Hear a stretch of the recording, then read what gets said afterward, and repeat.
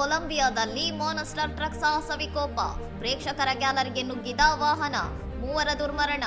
ಮೇ 3ರಂದು ಪೊಪಯಾನ್ನಲ್ಲಿ ನಡೆದ ಕಾರು ಪ್ರದರ್ಶನದಲ್ಲಿ 1500 ಅಶ್ವಶಕ್ತಿಯ ಲಾ ಡ್ರಾಗೋನಾ ಎಂಬ ಟ್ರಕ್ ನಿಯಂತ್ರಣ ತಪ್ಪಿ ಪ್ರೇಕ್ಷಕರ ಮೇಲೆ ನುಗ್ಗಿದ ಪರಿಣಾಮ 10 ವರ್ಷದ ಬಾಲಕಿ ಸೇರಿ 3 ಸಾವನ್ನಪ್ಪಿದ್ದಾರೆ.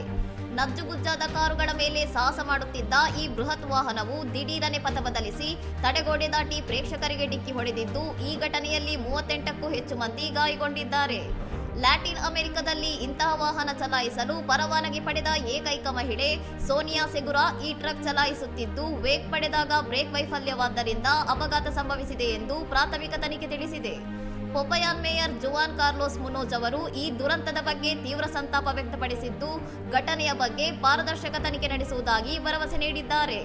ವಾರದ ಹಿಂದಷ್ಟೇ ನಡೆದ ಬಾಂಬ್ ಸ್ಫೋಟದಲ್ಲಿ 21 ಮಂದಿ ಸಾವನ್ನಪ್ಪಿದ ಘಟನೆಯ ಬೆನ್ನಲ್ಲೇ ಈ ಟ್ರಕ್ ದುರಂತ ಸಂಭವಿಸಿರುವುದು ಸ್ಥಳೀಯರಲ್ಲಿ ಮತ್ತಷ್ಟು ಆತಂಕ ಮೂಡಿಸಿದೆ. ಇನ್ನಷ್ಟು ಸುದ್ದಿಗಳಿಗಾಗಿ ನೋಡ್ತಾ ಇರಿ ಸೌರಂ ಟಿವಿ.